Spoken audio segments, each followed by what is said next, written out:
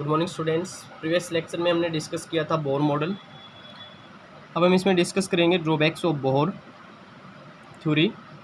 तो फर्स्ट जो इसका ड्रॉबैक्स है वो है आपका fine detail of atomic spectrum. उसने एटॉमिक स्पेक्ट्रम की फाइन डिटेल नहीं प्रोवाइड की। उसने सिंपल एटॉमिक स्पेक्ट्रम को एक्सप्लेन किया बट उसको डिटेल में एक्सप्लेन नहीं किया, जो हम फर्दर यूनिट में उसको एक्सप्लेन करेंगे। Could not explain the spectrum of multi electron system. उसने स्पेक्ट्रम को एक्सप्लेन किया बट मल्टी इलेक्ट्रॉन सिस्टम को एक्सप्लेन नहीं किया। उसने ओनली हाइड्रोजन के स्पेक्ट्रम को एक्सप्लेन किया, जिसमें कितने इलेक्ट्रॉन एग्जिस्ट करते हैं, आपके 1 इलेक्ट्रॉन एग्जिस्ट करता है। बट मल्टी इलेक्ट्रॉन के आपके जितने भी एटम है उसको उसके जो स्पेक्ट्रम है उसको एक्सप्लेन नहीं किया। Fail to explain the Zeeman effect.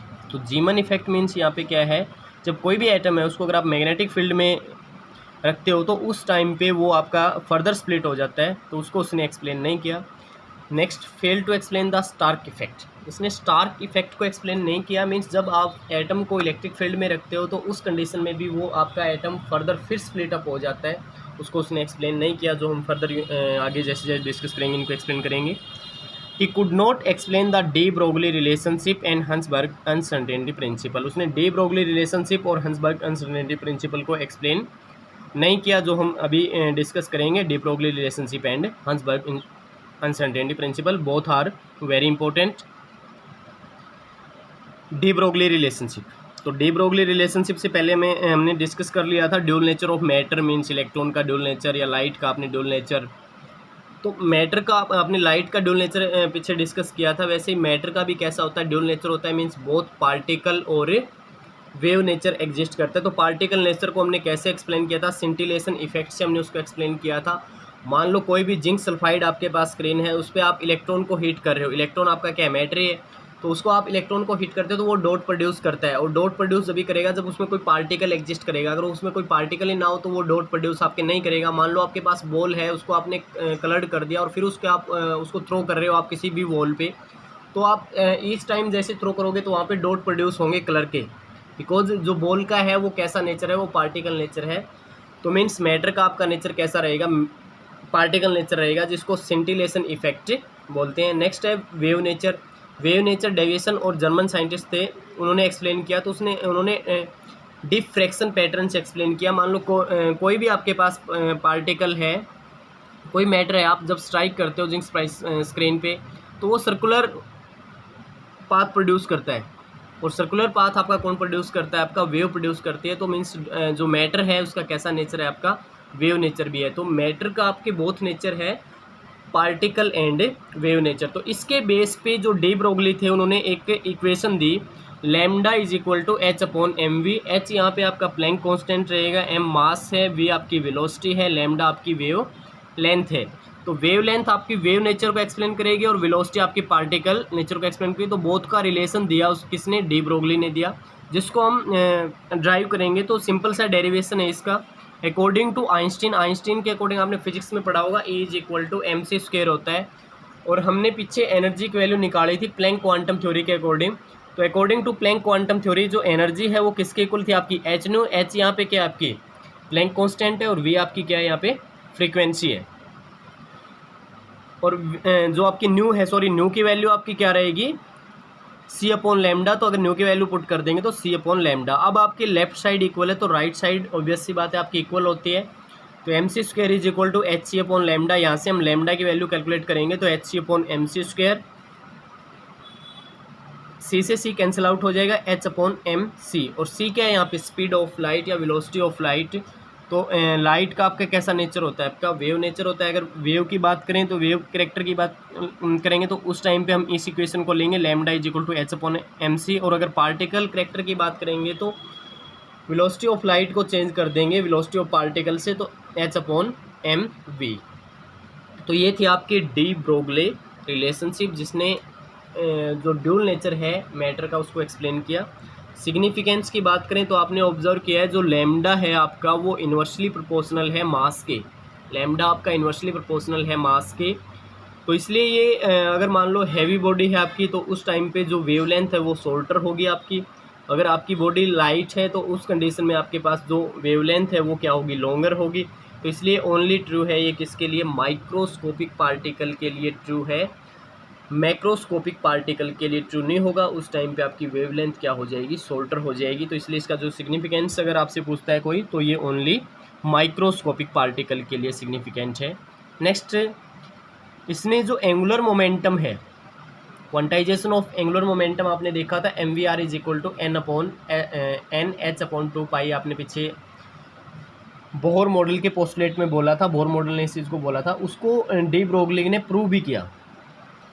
Quantization of angular momentum, मान लो इलेक्ट्रॉन है आपका, इलेक्ट्रॉन मूव कर रहा है किसी सर्कुलर पाथ में मूव करता है आपका वो, तो वो वेव की फॉर्म में मूव करेगा, बिकॉज आपने बोला है कि मैटर का ड्यूल नेचर है, तो वेव नेचर भी और पार्टिकल नेचर, तो वेव की फॉर्म में वो आपका ट्रैवल करेगा।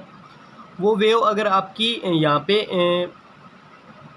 अगर मिल रही है तो उस कंडीशन में वेव इन फेज बोलेंगे। अगर यहाँ पे ये नहीं मिल रही है, आउट ऑफ फेज चली जाती है, तो उस टाइम पे उसको हम क्या बोलेंगे,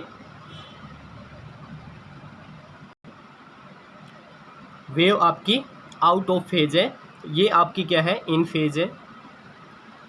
तो आपको पता है ये एक सर्कुलर पाथ है, सर्कुलर पाथ का सर्कमफेरेंस होता है। तो यहाँ पे अगर सर्कमफेरेंस की बात करें तो वो किसके इक्वल आएगा, यहाँ पे वेव है, और वेव क्या हो सकती है, एन नंबर ऑफ वेव हो सकती है, तो एन इंटू लैम्डा, लैम्डा क्या है इसकी वेव लेंथ है आपकी, तो एन इंटू अगर लैम्डा कर दो तो किसके इक्वल आएगा, वो सर्कमफेरेंस के इक्वल आएगा। और आपको पता है जो सर्कल है उसका सर्कमफेरेंस क्या होता है आपका 2πr, तो 2πr is equal to N lambda. तो according to de Broglie relationship आपने अभी देखा है, लैम्डा आपका किसके इक्वल है, एच अपॉन एम वी। तो यहाँ से लैम्डा की वैल्यू अगर पुट करेंगे तो 2πr is equal to N H upon M V, और रीअरेंज करेंगे M V R is equal to N H upon 2 pi. तो उसने प्रूव कर दिया। यहाँ पे एन है, एन मान लो फर्स्ट सेल में कर दो तो 1 हो जाएगा, सेकंड में 2, फिर 3, मीन्स वो फिक्स वैल्यू में वहाँ पे क्वांटाइजेशन रहेगा आपका, कोई फिक्स वैल्यू में आपका क्या आएगा, चेंज आएगा।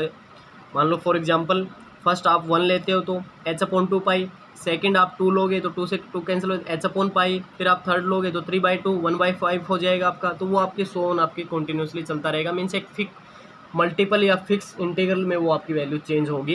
तो क्वांटाइजेशन ऑफ एंगुलर मोमेंटम जो बोहर ने अपने पोस्टुलेट में लिया था उसको डी ब्रोगली ने प्रूव कर दिया। अगर हम बात करते हैं नंबर ऑफ वेव, मींस किसी भी डिफरेंट सेल में अब कितनी वेव्स आपकी एग्जिस्ट करेगी। मान लो इलेक्ट्रॉन मूव कर रहा है, फर्स्ट सेल में इलेक्ट्रॉन मूव कर रहा है तो वो आपका वेव की फॉर्म में ही मूव कर रहा है, बिकॉज जो इलेक्ट्रॉन है वो क्या है, मैटर है, और मैटर आपके ड्यूल नेचर हमने अभी एक्सप्लेन किया है।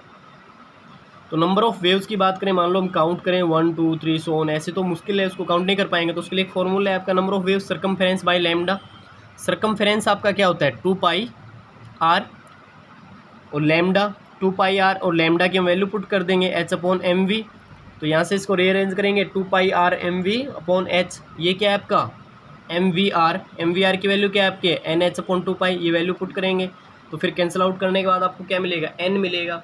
तो ये nth सेल के लिए क्या है, तो nth सेल में आपकी नंबर ऑफ वेव क्या रहेगी, n रहेगी। अगर फर्स्ट सेल की बात करें तो वहाँ पे नंबर ऑफ वेव आपकी कितनी रहेगी, 1 रहेगी। सेकंड की बात करें तो 2 रहेगी, थर्ड की आपकी 3 रहेगी। तो ऐसी कंटिन्यूस हो nth सेल तक आपकी नंबर ऑफ वेव क्या हो जाएगी, n नंबर ऑफ वेव हो जाएगी। तो ये था आपका डी ब्रोगली रिलेशनशिप। नेक्स्ट है इसमें हंसबर्ग अनसर्टेनिटी प्रिंसिपल। हंसबर्ग ने आपका क्या, अनसर्टेनिटी मीन्स यहाँ पे क्या रहेगा आपका, जिसके बारे में आप श्योर नहीं हो, वो आपका क्या होता है, अनसर्टेनिटी होता है। तो डेफिनेशन के अकॉर्डिंग क्या बोला है इसमें, it is impossible to simultaneously means एक साथ calculate the position and angular momentum of a moving electron with accuracy. Means ये इम्पॉसिबल है साइमल्टेनियसली मीन्स एक साथ कैलकुलेट करना position and angular momentum. Means आप पोजीशन भी उसकी देख रहे हो, मान लो वो इस पोजीशन पे और उस टाइम पे उसका ये एंगुलर मोमेंटम था, वो आप कैलकुलेट नहीं कर सकते of a moving electron with accuracy. Accuracy के साथ आप उसको कैलकुलेट नहीं कर सकते। फॉर एग्जांपल मान लो एक इलेक्ट्रॉन आपका मूव कर रहा है सर्कुलर पाथ में, तो आप माइक्रोस्कोप की हेल्प से उसको ऑब्जर्व कर रहे हो। अब वो इस पोजीशन पे था, तो उस टाइम पे आपने उसकी पोजीशन कैलकुलेट की, बट अब ये क्या है, आप फोर्सली इसको मूव करवा रहे हो, अदरवाइज ये कहाँ जाता, स्ट्रेट लाइन में जाता आपका। तो आप इसको फोर्सली मूव करवा रहे हो, तो इट्स मीन्स उसका एंगुलर मोमेंटम क्या हो जाएगा, चेंज हो जाएगा। आपने पोजीशन तो कैलकुलेट कर ली, बट उस टाइम पे उसने क्या चेंज कर लिया, अपना एंगुलर मोमेंटम चेंज कर लिया, बिकॉज आपने फोर्सली इसको मूव करवा रहे हो सर्कुलर में। अब ये इस पोजीशन पे आ जाता है, तो यहाँ भी स्ट्रेट मूव करेगा, बट आप इसको फोर्सली इस डायरेक्शन में लेके जा रहे हो, तो उस टाइम पे एंगुलर मोमेंटम चेंज हो जाएगा। आपने पोजीशन तो कैलकुलेट कर ली, बस उसी टाइम पे उसका एंगुलर मोमेंटम क्या हो गया, चेंज हो गया। तो मीन्स एक्यूरेटली आप कैलकुलेट नहीं कर सकते, तो उसने एक रिलेशन दिया, position and momentum, delta x यहाँ पे चेंज इन पोजीशन है और डेल्टा पी आपका मोमेंटम है, चेंज इन डेल्टा वो ग्रेटर देन इक्वल टू क्या आएगा आपका एच अपॉन 4 पाई। और आपको पता है जो मोमेंटम है वो क्या किसके इक्वल होता है, एम वी। तो वैल्यू पुट करेंगे delta X means change in position into M delta V change in velocity greater than equal to H upon 4 pi. यहाँ पे एच आपका क्या है, कॉन्स्टेंट है, 4 कॉन्स्टेंट है, पाई भी कॉन्स्टेंट है। तो आपका रिलेशन किस में है, मान लो कोई ऑब्जेक्ट है आपका, तो उसका अगर मास ज़्यादा है तो वो क्या करेगा, स्लो मूव करेगा, मीन्स उसकी स्पीड कम हो जाएगी। अगर मास कम है तो उसका स्पीड क्या हो जाएगी, ज़्यादा हो जाएगी। अगर एक सिग्निफिकेंस की बात करें, हिंसबर्ग अनसर्टेनिटी प्रिंसिपल की, डेली लाइफ में इसका कोई सिग्निफिकेंस नहीं है, बिकॉज हम डेली लाइफ में कैसे ऑब्जेक्ट के साथ डील करते हैं, मैक्रोस्कोपिक ऑब्जेक्ट के साथ, मीन लार्ज ऑब्जेक्ट के साथ डील करते हैं। तो उनकी पोजीशन और एंगुलर मोमेंट को हम कैलकुलेट कर सकते हैं। मान लो कोई कार मूव कर रही है तो उसकी पोजीशन मान लो इस टाइम पे वो इस पोजीशन पे थी और उसमें ओडोमीटर लगा होता है, तो उसकी स्पीड भी हम उसकी कैलकुलेट कर सकते हैं, मोमेंटम भी उसका हम कैलकुलेट कर सकते हैं। बट अगर स्मॉल पार्टिकल की बात करें, माइक्रोस्कोपिक पार्टिकल की, तो उस कंडीशन में हम एक टाइम पे simultaneously both position and angular momentum can not calculate with accuracy, means accuracy के साथ कैलकुलेट नहीं कर सकते, कैलकुलेट तो कर सकते हैं। तो आपकी D Broglie relationship and Hinsberg uncertainty principle दोनों वेरी इंपॉर्टेंट है आपके। अगर इसमें कोई प्रॉब्लम है, यहाँ तक अगर कोई डाउट है तो मैसेज कर सकते हो। थैंक यू बेटे।